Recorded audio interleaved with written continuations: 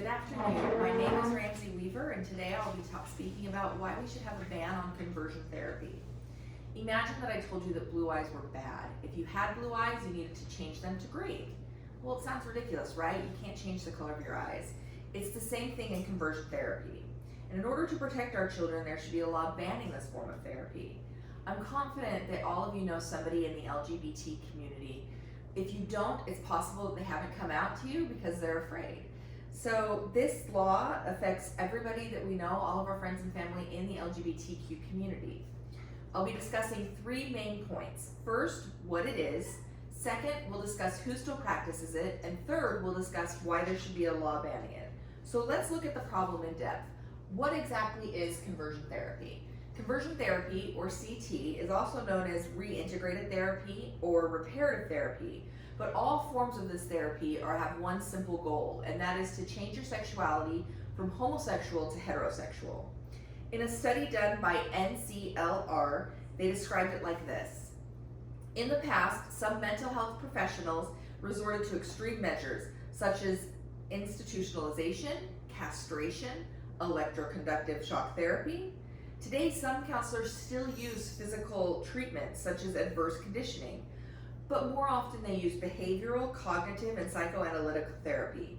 While contemporary versions are less shocking and extreme, they are equally devoid of scientific validity, and they pose serious dangers to patients, especially to minors, who are often forced into this style of therapy by their parents or legal guardians. The World Psychiatric Association states, "There is no sound scientific evidence that innate sexual orientation can be changed. Furthermore, so-called treatments of homosexuality can create a setting in which prejudice and discrimination flourish, and they can be potentially harmful. The provision of any intervention purporting to treat something that is not a disorder is wholly unethical." So in addition to it being harmful, it's never been proven to work. In a study done by Curran and Parr, they state virtually no increase in heterosexual behavior amongst homosexual males. Another study by Tozer and McClanahan states, "There is no empirical evidence that has shown that conversion therapy is effective in reorienting lesbian, gay, or bisexual person to heterosexuality. Moreover, these type of treatments perpetuate society's stance that homosexuality is an inferior state." So let's break it down. Imagine that you're a child and that you are attracted to the same gender, but imagine everyone around you tells you that it's wrong and that you need to change that. So they send you to counseling to change that. It would be as frustrating and as hard as it would be for me to tell you you need to change the color of your eyes. Homosexuality is not a disorder. It's not something you can fix. It is who it is. It is what it is, and you are who you are. It's been said that people who go through it are 8 times as likely to have attempted suicide, 6 times as likely to report high levels of depression, 3 times as likely to use illegal drugs, and more than 3 times as likely to be at high risk for HIV and STDs. Think about that.